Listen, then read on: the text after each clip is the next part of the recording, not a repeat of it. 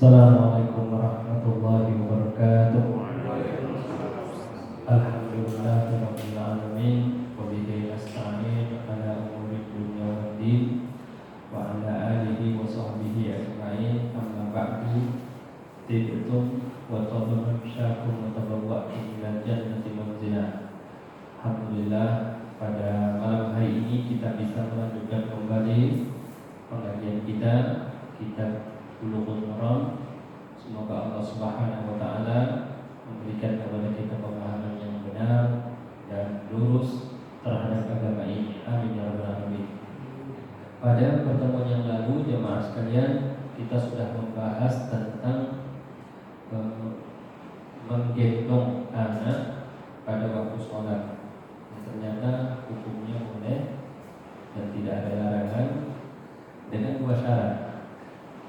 Syarat yang pertama, bahwa anak yang digendong dalam keadaan suci, tidak ada najis.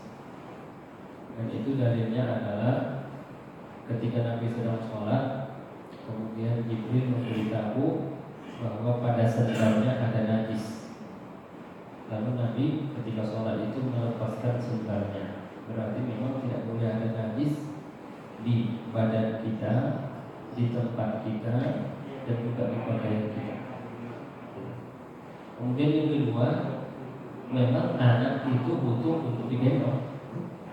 Jadi kalau dia tidak butuh digendong, kemudian digendong, ya, maka tidak ada anjurannya. Jadi bukan sunnah menggendong anak pada waktu sholat. Jangan salah arti. Ya. Jangan pula nanti sekali ini saya gendong anak saya dapat pahala. Tidak. Itu sifatnya hanya rukhsah, hanya keringanan saja yang diberikan oleh syariat. Kenapa?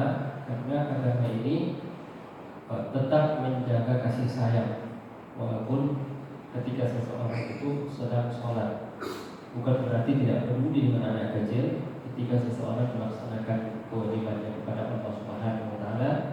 Dan inilah bukti bahwa syariat ini adalah demi kemaslahatan umat manusia.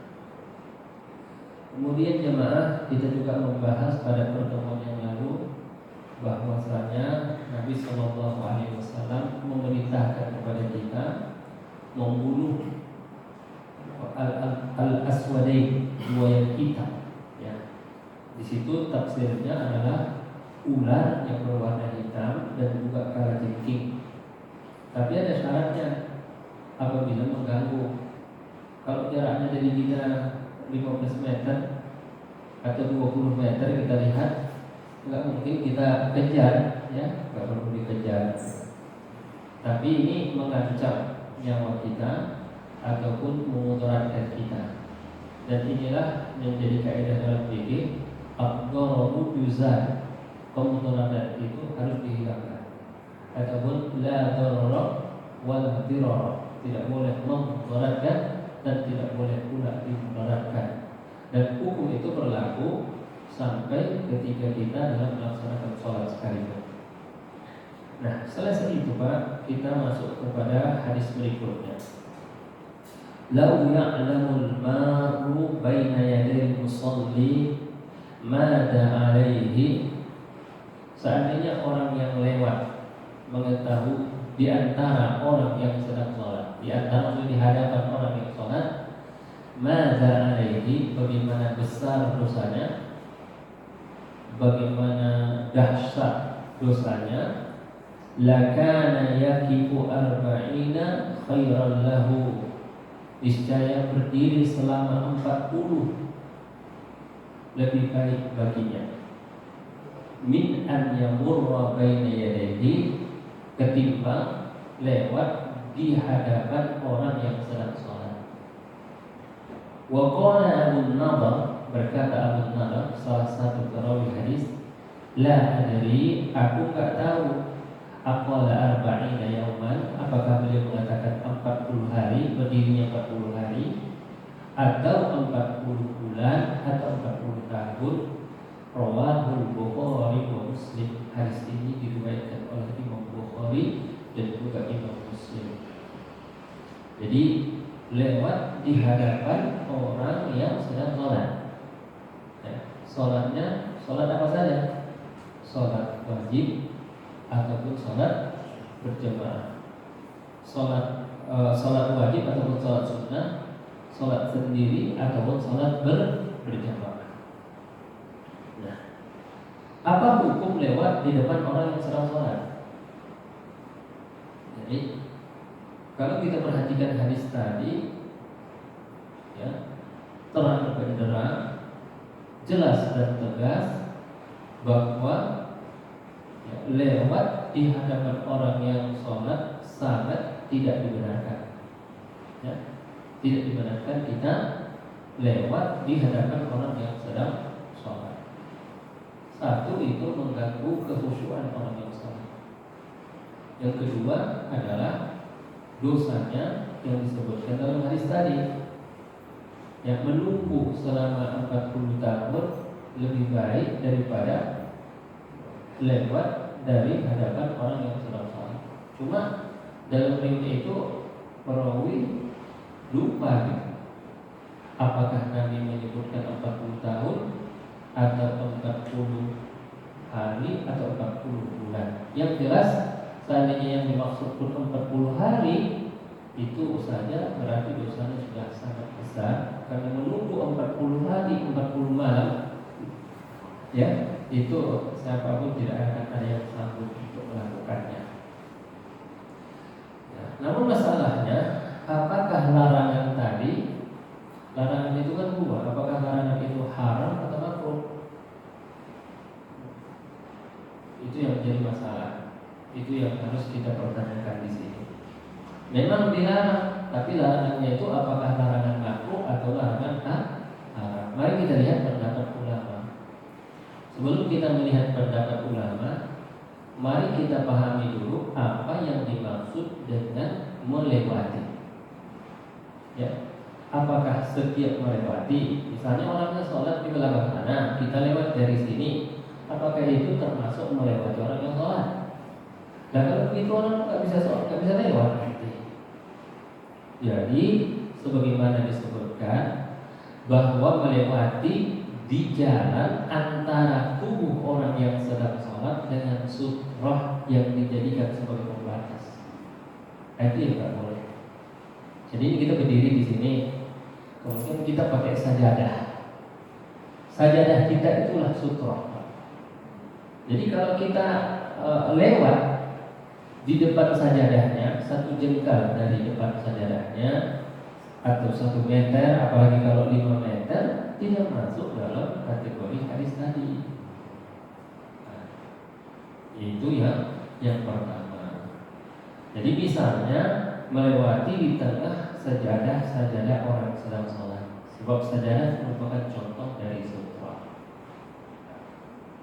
Jadi sutra itu macam-macam, sajadah itu juga sutra. Tapi sutra yang benar itu adalah semacam tongkat atau semacam kayu ditaruh di depan kita supaya orang tidak lewat. Itu yang pertama. Kemudian yang kedua, Bapak dan Ibu, kalau sholatnya berjamaah, ya, yang nggak boleh dilewati itu adalah imamnya. Jadi sholat berjamaah itu pokoknya 100 orang, yang dimaksud di situ adalah 1 orang saja, imam. Ada makmum, ya, tidak masuk dalam kategori hadis. Kalau makmum yang dilewati. Kemudian yang ketiga, bahwa yang dimaksud adalah melewati tidak dalam keadaan darurat. Kalau dalam keadaan darurat, misalnya kita di sholat berjamaah, posisi kita di shot yang pertama, kemudian batal, ya, buang angin atau batal wudhunya, kemudian dia mau pergi wudhu. Nah, kalau nggak boleh dilewati, nanti dia kapan ininya, kapan wudhunya, dan itu boleh dilakukan oleh orang yang sedang sholat dalam kondisi darurat ataupun dalam kondisi terpaksa.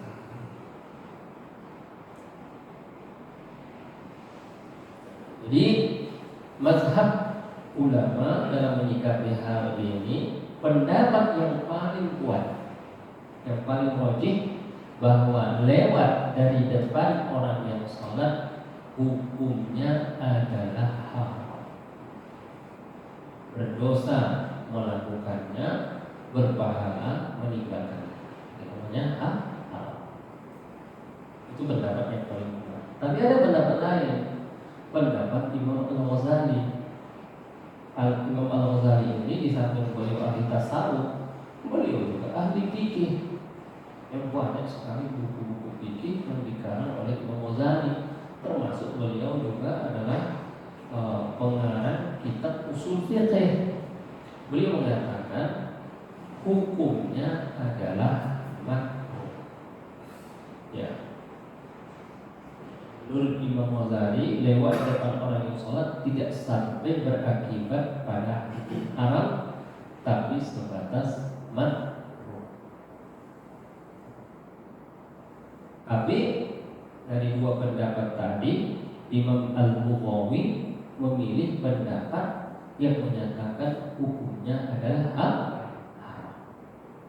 Hukumnya adalah haram lewat di hadapan orang yang sedang sholat.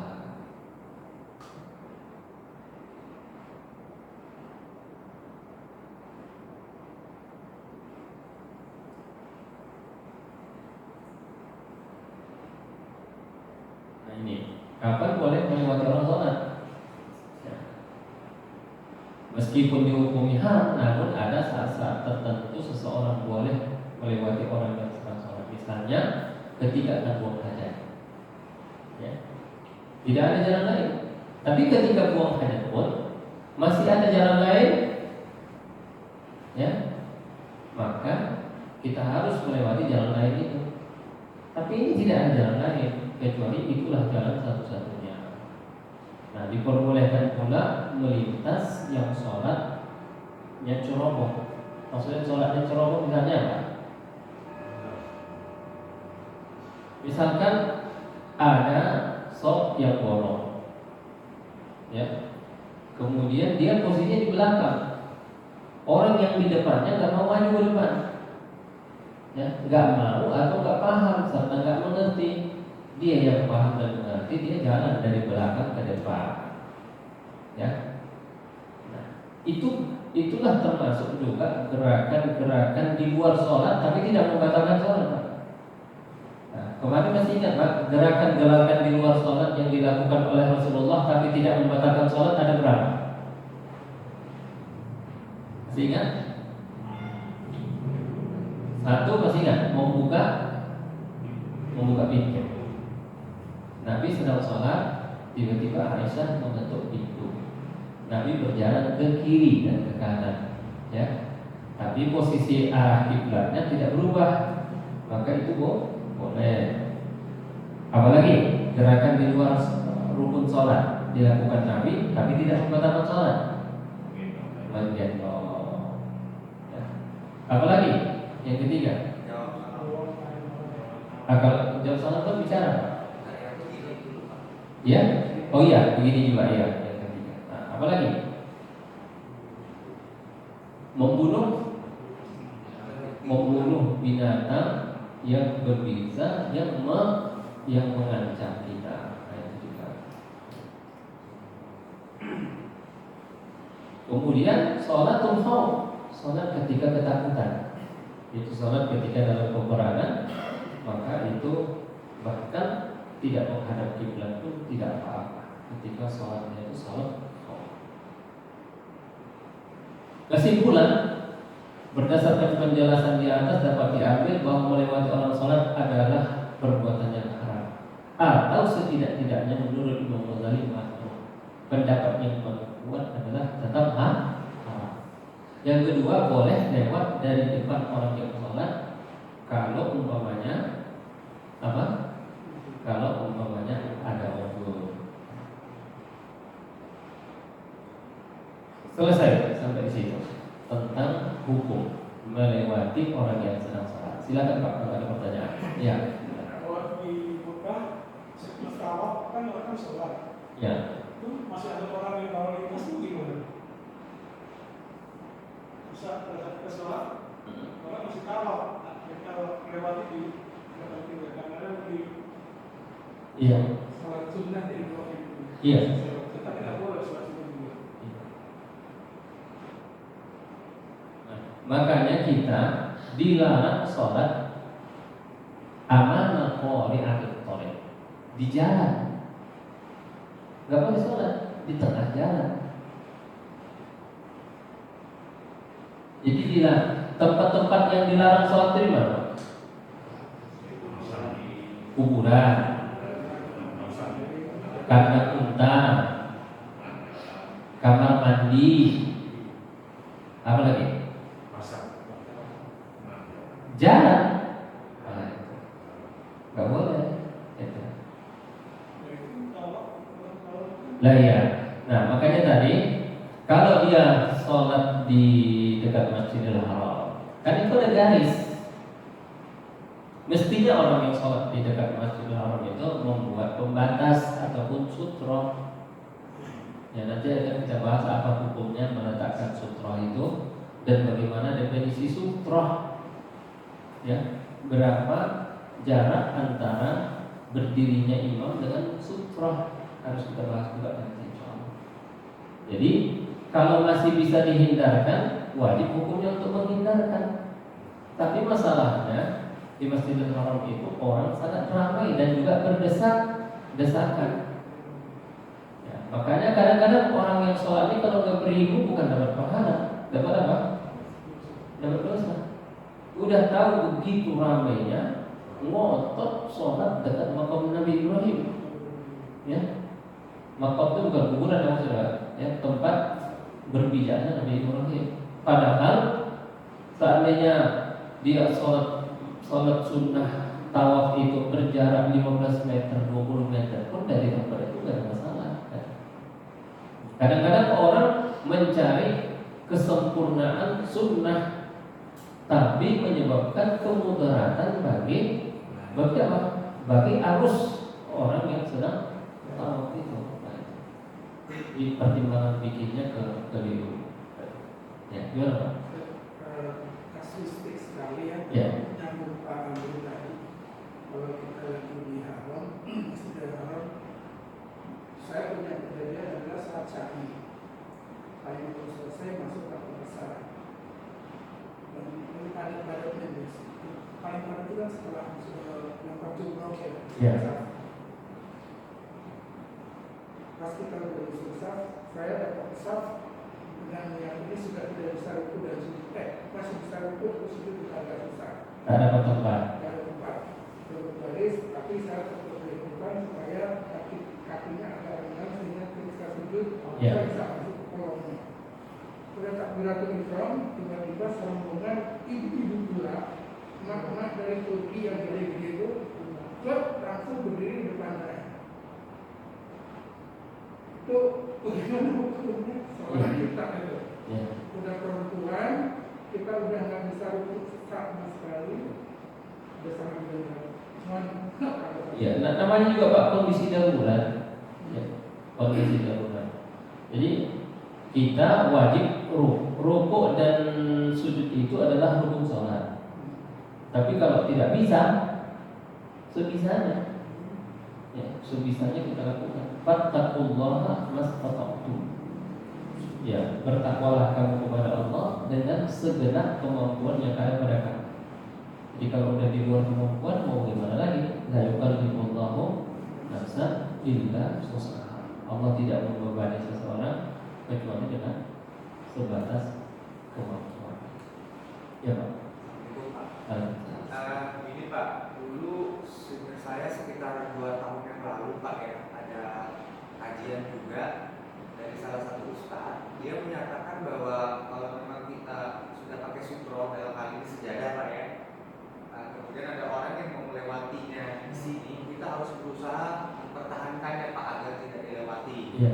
Nah, saya sempat ada kejadian Pak. Jadi saya udah pasang sejadah, kebetulan saya memang terlambat 1 rakaat. Jadi orang yang di depan saya itu di depan samping sini, dia mau keluar tapi mau melewati sejadah saya. Karena saya ingat kita harus bertahan dengan pakai tangan, saya tahan Pak hati orang itu. Nah tapi orang itu yang kedua masih nekat lagi Pak. Yang ketiga akhirnya saya gebuk Pak. Itu memang apakah harus kita bertahan, apakah kita pasrah aja Pak untuk yang ketiga ini? Kalau udah benar kita bertahan. Emang ada yang nggak benar? Ada. Sholat di tengah jalan dia. Enggak, ini kasusnya di. Iya, kalau di masjid kan ya udah benar berarti. Nah, ditahan dulu. Ya, yang kedua kali ditahan. Yang ketiga kali dibunuh katanya. Masih kecil tuh. Maksudnya dibunuh bukan maksudnya dipancung gitu ya. Fa innahu syaitan. Karena itu adalah syaitan berwajah manusia. Enggak apa-apa, dipukul Pak. Iya, enggak apa-apa. Namun Kalau umpamanya begini, kalau umpamanya kita yakin dia paham,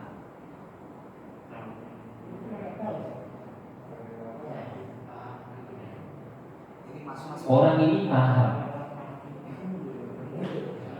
jadi kita harus memperlakukan orang dengan pemahaman dia. Jangan kita memperlakukan orang dengan pemahaman kita. Makanya Nabi begini, Nabi ketika ada orang Badui masuk ke masjid, kencing di pinggir masjid,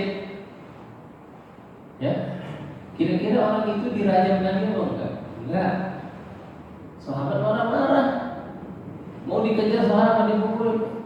Kata Nabi biarkan sampai dia selesai. Setelah selesai, ambil air siram. Lalu kata Nabi, wahai orang Badui katanya, masjid ini tempat suci, tidak boleh buang air di sini. Nabi marah enggak? Oh, enggak. Kenapa Nabi enggak marah? Karena dia enggak paham. Tapi ada seseorang pakai cincin dari emas, cincin dari emas. Nabi ambil cincinnya, Nabi lemparkan. Kenapa? Kenapa kalau seorang ini kesalahannya cuma pakai cincin emas, tapi cincin emas itu dilempar Nabi? Kenapa? Karena Nabi tahu orang ini sudah tahu hukumnya, tapi masih saja dilakukan. Makanya ada ayat wa'arid 'anil jahilin, berpalinglah dari orang-orang jahil, ngalah sama orang jahil. Jadi kalau kita tahu dia orang jahil, percuma kita lakukan itu, karena nanti menimbulkan kemungkaran yang lebih besar. Ya, kita tahan dia, malah dia lebih galakan dari kita. Gitu. Nah, akhirnya kita tidak mendapatkan kekhusyuan dalam sholat kita. Makanya kalau anak-anak yang lewat, terpantau aja, biarin kita. Namanya juga anak kecil, ya. Tapi kalau yang lewat itu diantaranya adalah peserta yang hadir ngaji di sini, itu digebuk aja ya, Pak. Ini kasus yang tadi betul Pak ya. Ini sholat jemaah di depan Pak. Iya. Jadi dia sholat tuh langsung berdiri, gitu. Pikir pun tidak. Jadi saya merasa karena Ustadz yang dulu bilang kita harus mempertahankan sejadah kita jangan dilewati. Orang itu juga nggak ada otaknya Pak. Saya udah pegang kaki begini sekali, dia mundur sejenak, saya balikin tangan, nanti lewat lagi, saya tahan lagi. Yang ketiga masih mungkin tidak paham, belum paham. Nah itu kita kan nggak bisa nentuin Pak orang itu paham apa enggak Pak. Tapi dia ikut sholat jamaah. Bisa juga Pak, bisa. Kita tahu seorang paham atau tidak paham. Ya. Berarti kalau hukum yang sholat sendiri sama dengan sholat yang berjamaah. Enggak, misalnya lagi sholat sunnah tapi mengambil tempat di tempat pintu misalnya, sehingga orang kan akan muter. Iya, mendingan muter. Ya, berarti yang sholat itu dosa nggak? Dosa. Milih tempatnya gitu. Iya, karena dia sholat di tengah jalan. Kecuali memang nggak ada tempat lagi. Jadi termasuk juga yang dilarang Nabi itu Pak, sholat di antara dua tiang. Bainal amudai. Kalau di sini nggak ada tiangnya. Jadi gini misalnya, umpamanya di kipas yang ini ada tiang ini, sini ada tiang. Jadi sholat sebelah sana itu dilarang, yang ke sana itu dilarang. Mendingan kalau umpamanya jarak antara tiang ini dan tiang berikutnya itu cuma muat 2 orang, mendingan dia sholat di belakang lagi, jangan di sini. Kecuali masjidnya sudah penuh. Kenapa? Karena man wasala shafan wasalah Allah. Siapa yang menyambungkan shaf, dia disambungkan Allah. Siapa yang memutuskan shaf, dia diputus oleh Allah. Intinya jangan sampai shaf itu terputus. Jadi ini alhamdulillah kalau masjid ini nggak ada tiangnya gitu ya. Iya, iya. Nabawi banyak tiang, tapi setelah tiang itu banyak orang yang Pak. Iya, yang kita maksudkan ini tinggal 2 orang, tinggal 1 orang aja tiangnya. Ya. Cincin itu Ustaz, Nabi Muhammad melempar cincin kali itu gimana? Apanya? Cincin kali. Cincin emas. Iya. Jadi kemudian orang itu dibilangin, kenapa nggak kamu ambil katanya? Ambil aja katanya. Enggak katanya. Saya nggak akan mengambil sesuatu yang sudah dibuang, dicampakkan oleh Rasulullah. Artinya kalau mau diambil pun boleh saja, tapi dia mengambil hukum yang lebih berat gitu ya. Hukum azimah, karena dia lihat Nabi sudah melemparkannya, maka dia tidak mau mengambil. Ini berarti kata cincin kali itu tidak boleh dipakai gitu. Yang nggak boleh cincin emas Pak. Iya, emas. Iya.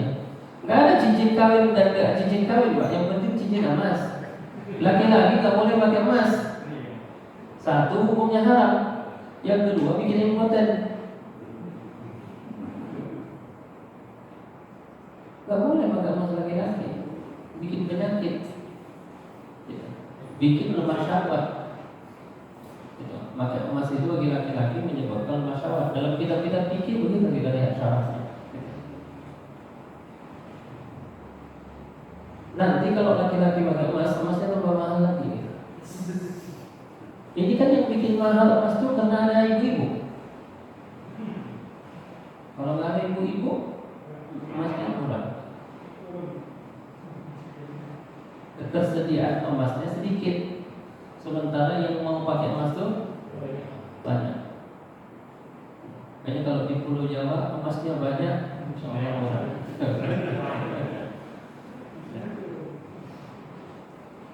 Ada lagi Pak tentang ini?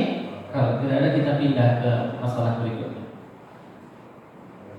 An Aisyah radhiyallahu anha qalat su'ila Rasulullah an sutratil musalli faqala mislu mu'khiratir rahli rawahu Muslim.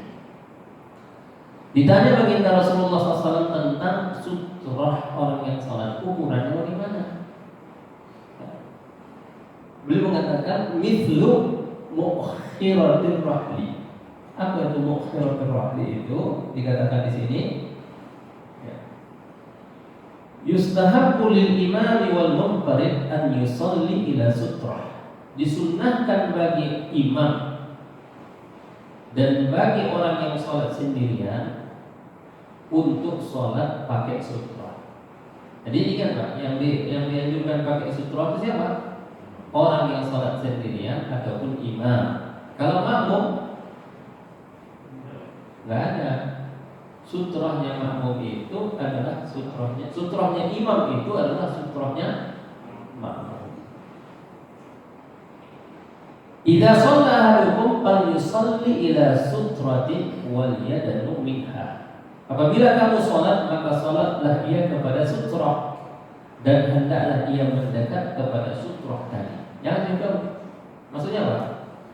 Tempat dia berdiri dengan sutrah itu jaraknya sekitar 1 meter, jangan 5 meter. Kalau 5 meter nanti orang lewat, jangan bisa dikejar ke depan sama dia.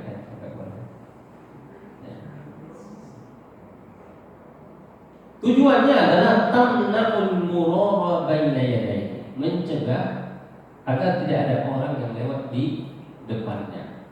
1. Yang kedua, wa tumakkinuhu minal khusyu'i fi af'alis shalah, dan memungkinkan bagi dia untuk khusyuk. Sebab kalau ada orang lalu lalang di hadapannya, terganggulah kekhusyukannya. Padahal kita kalau sholat itu seyogyanya kita harus sholat dengan khusyuk. Di hadis yang lain, liyastatiru ahadukum fi sholatihi walau bisahmin. Hendaklah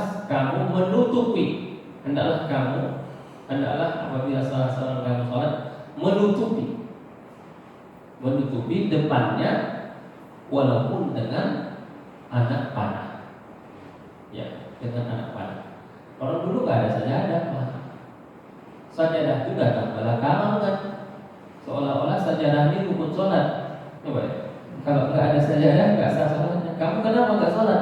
Nggak ada sajadah katanya. Kenapa kamu nggak sholat? Nggak ada kopiah katanya. Kalau kopiah untuk sholat. Ada lagi yang lucu, bapak-bapak ditanya, kenapa nggak sholat Pak? Karena sarung katanya. Gak ada, sarung itu bukan untuk sholat. Rukun syarat sholat itu apa? Menutup aurat. Ya, penting menutup aurat. Nah ini dia. Ammal ma'mum fala yustahabbu lahu ittikhadus sutra. Adapun makmum tidak disunnahkan baginya membuat sutra. Jadi orang kalau pakai sajadah itu bukan sutra. Itu cuma supaya nanti dahinya tidak kena debu, bukan karena itu sutra. Ya, apalagi dia pakai sutra yang papan itu ditaruh di belakang. Enggak ada. Yang pakai itu hanya imam, ataupun dia nanti sholat sunnah boleh, qobliyah boleh, ba'diyah boleh. Ya. Kenapa seperti itu? Li'anna sutratal imami sutratun liman khalfahu. Karena dua alasan. Yang pertama, sutrahnya imam adalah sutrahnya makmum. Yang kedua alasannya, karena imam itu adalah sutrah bagi makmum. Ya, maka tidak ada masalah. Masalah yang kedua,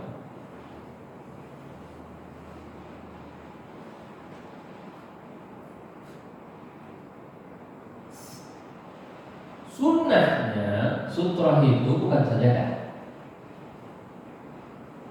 Sunnahnya sutrah itu adalah sesuatu yang berdiri, bukan sesuatu yang tidak yang ditidurkan, gitu. Tapi sesuatu yang berdiri. Ukurannya apa? Sebagaimana dalam hadis tadi, miqdari mukhiratir rahli fama fawqa. Ukurannya adalah qadru azmid dira'i. Ukurannya adalah seukuran tulang hasta.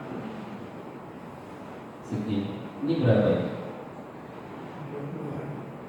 Huwa nahwa sulusai dira'i. 2/3 hasta. Ya 1 hasta lah katakan tinggi. Sekurang-kurangnya seperti itu. Fama fawqa, lebih boleh, tapi sebaiknya jangan kurang dari 1 hasta. Ya. Sutrah yang kita di sini ada berapa? Hah? Coba lihat.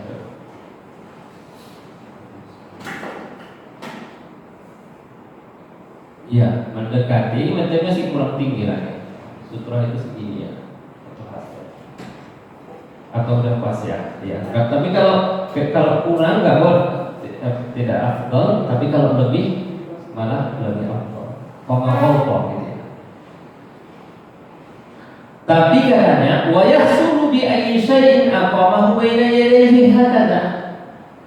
Tapi sudah terrealisasilah sutrah itu dengan meletakkan apa saja di hadapannya.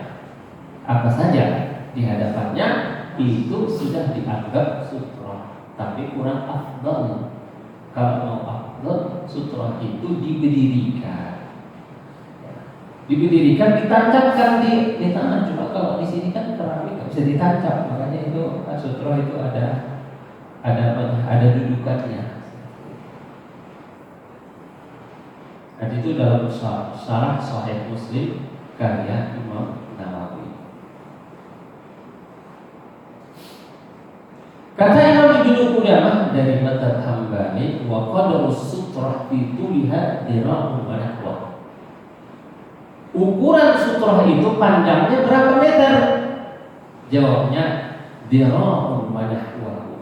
1 hasta ataupun sekitar 1 hasta. 1 hasta gimana Pak? Dari sini ke sini ini 1 hasta ya.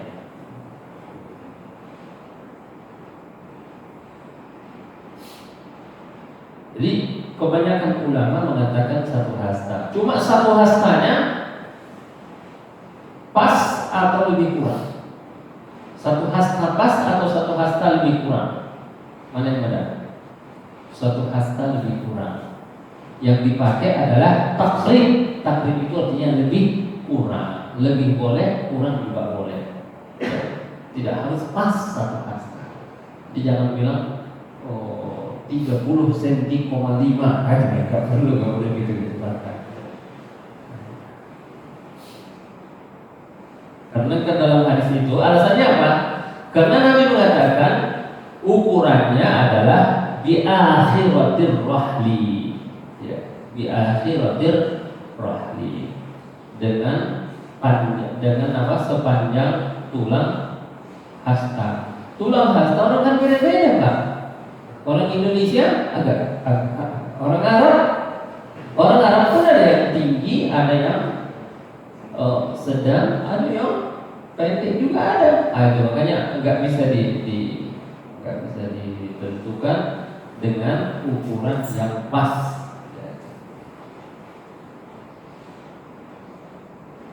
Maka dikatakan di sini, fa amma qadaruha bil ghalati wa thiqa. Adapun ukuran yang pas, maka tidak ada jalan untuk mengetahuinya. Jadi bolehlah dijadikan sutrah tadi anak panah, wal hirbah, dan hirbah itu apa? Tameng, ya, tameng boleh. Wa ghalizatin kal haid, dan boleh juga langsung sutrahnya dinding. Jadi yang paling afdal itu sholat itu mendekat ke dinding Pak, jangan menjauh dari dinding gitu. Pokoknya kita sholat, kan sholat pas di tengah sini, itu namanya cari masalah gitu. Ya, orang nanti lewat, orang lari-lari anak-anak. Tapi kalau kita udah sholatnya pas di depan menghadap ke dinding, insya Allah nggak akan ada orang yang berani lewat di depan kita. Jadi katanya istadilu fis sholati walau bisahmin. Tutupilah depan kamu pada waktu kamu sholat walaupun dengan anak panah. Ya, bisa dengan anak panah. Dan kata Imam Al-Auza'i bisa juga dengan cambuk, juga bisa. Ya.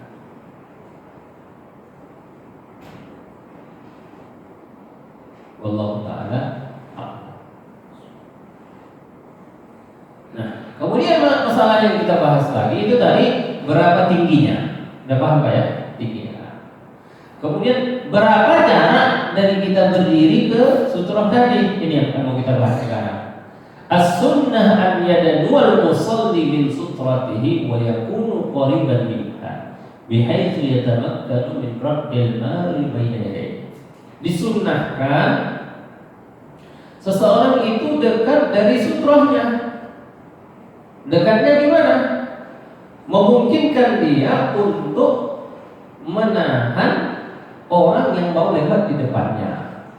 Jadi kalau umpamanya sutrohnya jaraknya dari sini ke tripod ini, kalau orang lewat di depannya lagi nanti nggak bisa. Percuma punya sutroh kalau begitu.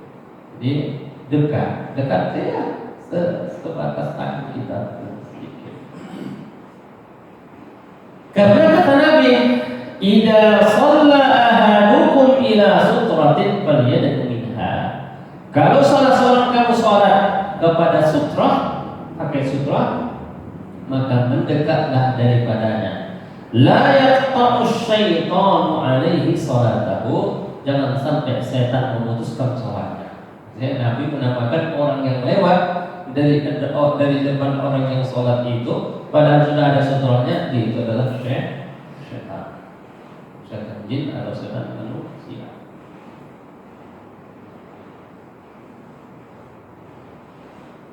Nah, ahlul ilmi berbeda pendapat berapa jaraknya dan dari mana dihitung. Ada mengatakan jaraknya adalah 3 hasta. 3 hasta dari dulu nggak ada meter Pak. Kalau ada meter enak banget itu. Ya, misalnya 1,5 meter gitu, nggak ada. Jadi ukurannya lebih kurang aja. 3 hasta berapa? Ini 1 meter ya, sekitar 1 meter. Ini setengah, ya, sekitar 1 meter atau 1 meter kurang dikit dari kaki orang yang sedang salat. An-Nafi anna Abdullah bin Umar radhiyallahu anhu kana idza dakhala al-Ka'bah masya qibala wajhihi hina yadkhul wa ja'ala al-baba qibala dhahrihi fa masya hatta yakuna bainahu min al-jidar alladhi qibala wajhihi qariban min thalathati adhur. Adalah Ibnu Umar apabila masuk ke Ka'bah dia berjalan ke arahnya sehingga dia masuk dan menjadikan pintu ya sebelah punggungnya. Pamasya, maka dia mendekat sampai antara dia dan dinding itu sekitar 3 hasta. Jadi dia menjadikan Ka'bah itu sebagai sutrohnya dan jarak kakinya dengan Ka'bah itu sekitar 3 hasta. Wala yazidu ala dzalik, jangan lebih dari itu, Pak. Jadi misalnya 6 hasta, ya 7 meter, enggak, malah enggak dapat fadilahnya, enggak dapat sunnahnya.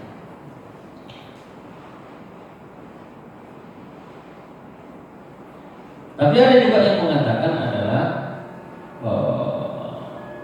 yang mengatakan begini, yang penting memudahkan dia untuk rukuk, memudahkan dia untuk sujud. Allah Ta'ala alamnya. Ada lagi Pak yang mau ditanyakan? Ya. Yang ini mengenai orang yang lewat udah terus. Ya. Kita posisi kita sudah benar. Ya. Kita ada dinding, kita udah cukupnya. Ya. Tapi ada orang untuk melewat. Ya. Dan itu dianggap sebagai setan. Ya. Maka bolehkah kita daripada setan lewat sebetulnya itu kita yang maju dulu biar lewat belakang kita? Kita yang Maju dulu sebentar. enggak, karena tidak ada dicontohkan. Nah, itu kan istilahnya kita bawa ini ya, akal-akal kita gitu ya. Sedangkan Nabi mengatakan malah mempertahankan itu sunnah. Mungkin kita merasakan kita mempertahankan itu kayak enak gitu ya, padahal itu sunnah. Hendaklah ia menahan dengan tangannya Allah. Allah. Ini bukan kesalahan. Ya, ini adalah ajaran Nabi. Dan kita melakukan itu bukan karena mau menghalangi orang ini lewat. Kita melakukan itu melakukan sunnah Nabi Sallallahu Alaihi Wasallam. Bukan karena kita marah sama dia. Asumsinya itu orang itu belum berilmu. Oh, kalau orang nggak paham, iya biarin aja Pak. Gitu. Namanya juga nggak paham gitu. Percuma. Nanti kalau dia nggak paham, dia tersinggung dan bisa menimbulkan kemungkaran yang lebih parah lagi. Tapi kalau kita lihat yang di situ adalah jamaah yang ikut pengajian, kemudian dia masih saja lewat, itu berarti boleh jadi dia lupa. Dengan kita menahan dia seperti ini, oh iya ternyata ini sudah pernah disampaikan. Jadi kita bisa lihat orang yang lupa. Iya. Misalnya sebelum kita tahan ini apakah itu orang jemaah masjid atau bukan? Iya. Apakah maksudnya bukan orang jemaah masjid atau bukan? Apakah orang ini paham atau bukan? Kalau kita nggak kenal, Karena jemaah masjid pun ada juga nggak paham. Ketika kita tahu bahwa orang itu orang paham, kita udah benar, posisinya. Kemudian kita tahu orang ini orang paham. Nah kalau nggak paham nanti akan menimbulkan kemudaratan yang lebih besar. Esensinya barangkali ikhtiarnya dijalani ya Ustaz. Iya. Yang apa ya sudah. Iya udah. Jadi 3 kali nggak usah dipukul Pak. Iya nggak usah. Biarin aja. Iya. Karena ini dari usaha. Jadi ada yang mengatakan paling qatilhu hendaklah dibunuhnya, maksudnya ngotot mempertahankannya gitu. Gimana? Gitu. Lah, maksudnya kalau orang yang udah paham dipertahankan, ya udah. Kalau nggak bisa lagi dipertahankan, masa gara-gara itu sholat kita batal? Ya. Jadi melakukan itu kan sunnah, menjaga sholat itu hukumnya wajib. Jangan sampai batal. Di konteks mempertahankan full itu nggak ada ya Pak ya? Cuma menjalankan sunnahnya saja. Kalau udah 2 kali jaga, dia masih nekat ya udah. Jaganya sampai 3 kali Pak, bukan 2 kali. Oh ya 3 kali. Iya, 3 kali. Nggak ada yang keempat. Yang ketiga saya pukul. Iya. Bagiannya langsung jadi kayak apa kabur gitu Pak, duduk lagi. Cuma habis itu saya samperin, saya jelasin baik-baik. Iya. Karena bukan jamaah masjid sini Pak. Iya. Dia udah ikut sholat di depan. Gitu, Pak. Iya. Tapi sekali lagi itu bahwa sholatnya sholat sendiri, bukan sholat berjamaah. Satu sholatnya sholat sendiri, yang kedua posisinya tidak di tengah jalan. Ya kalau di tengah jalan, kalau dilewati orang terima aja gitu. Namanya juga sholat di tengah jalan gitu ya. Pak sedikit Pak. Ya.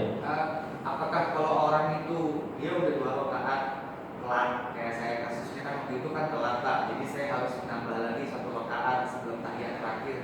Saya itu udah dianggap sholat sendiri atau masih berjamaah jadinya Pak? Sholat sendiri. Ya, sholat sendiri. Namanya sholat menyempurnakan. Nah, Ya, menyempurnakan. jadi memang saya mempertahankan pada saat itu betul ya Pak? Iya, iya. Ustaz, Iya. kalau menggunakan jamaah lain untuk sutro bisa nggak? Biasanya kalau Jumatan kan sudah penuh, maka jemaah yang sudah duduk minta jadi sutro. Iya, kan gitu. Kalau sholat pakai sajadah Pak. Sajadah kita itu lah sutronya. Kalau nggak ada sajadah, sorbannya taruh di depan. Kalau nggak ada sorbannya, kopiahnya taruh. Asal jangan maskernya aja ditaruh. Kita nggak pakai masker. Tapi di belakang jemaah lain boleh ya? Boleh. Iya maksudnya orang itu tidak boleh kita jadikan sutra. Nanti orangnya pergi gimana?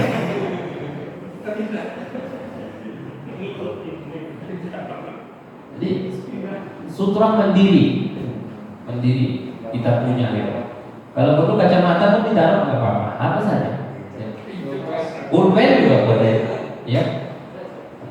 Karena katanya wayah sulu as-sutra dan terrealisasilah sutra dengan meletakkan apa saja di depannya, apa saja. Asalkan jangan mengganggu kehusuan. Misalnya warna-warni, ya mainan-mainan yang bikin dia tulisan-tulisan, gitu. Ya, ya. Mengenai tadi barusan Bapak bilang tentang kain Pak ya. Jadi saya ingat ada kawan saya kan ada juga pernah dengar bahwa kita lebih baik memang jangan pakai baju yang bertulis atau celana yang ada tulisannya Pak ya ketika sholat berjamaah. Iya. Tapi yang saya lihat itu justru kecenderungan orang-orang yang pakai sarung Pak, itu dia ingin mereknya kelihatan di bawah. Jadi di bagian bawahnya itu teman saya itu justru harus kelihatan merah. Sementara kalau kita lagi sholat Pak, saya sendiri yang dibaca begitu Pak. Ya. Pekalongan gitu. Ya. Kita tidak bisa mengatur apa yang dilakukan orang. Ya, maksudnya apakah adat itu ada Pak tentang kain itu yang menjadi Enggak, dia sendiri tidak ada sengaja supaya dibaca orang. Memang enaknya begitu karena posisi sarungnya seperti itu. Karena orang pengen belahan sarung itu di depan. Itu supaya kelihatan lebih rapi dan lebih indah saja. Tapi dia tidak ada niat supaya ini dibaca orang. Gitu. Kalau dia ada niat supaya dibaca orang, haram hukumnya. Barang siapa yang memakai pakaian biada karena ingin sombong, karena bangga, karena ingin ini, maka pakaiannya itu adalah pakaian yang menyebabkan dia masuk neraka. Makanya yang dikatakan isbal itu, ya, barang siapa yang memakai pakaian melebihi mata kaki, maka dia masuk neraka. Masa gara-gara melebihi mata kaki saja masuk neraka? Oh enggak, bukan itu maksudnya. Melebihi mata kaki dan sombong. Kalau melebihi mata kaki tapi tidak sombong, hukumnya makruh. Tapi kalau sombong saja nggak melebihi mata kaki juga haram.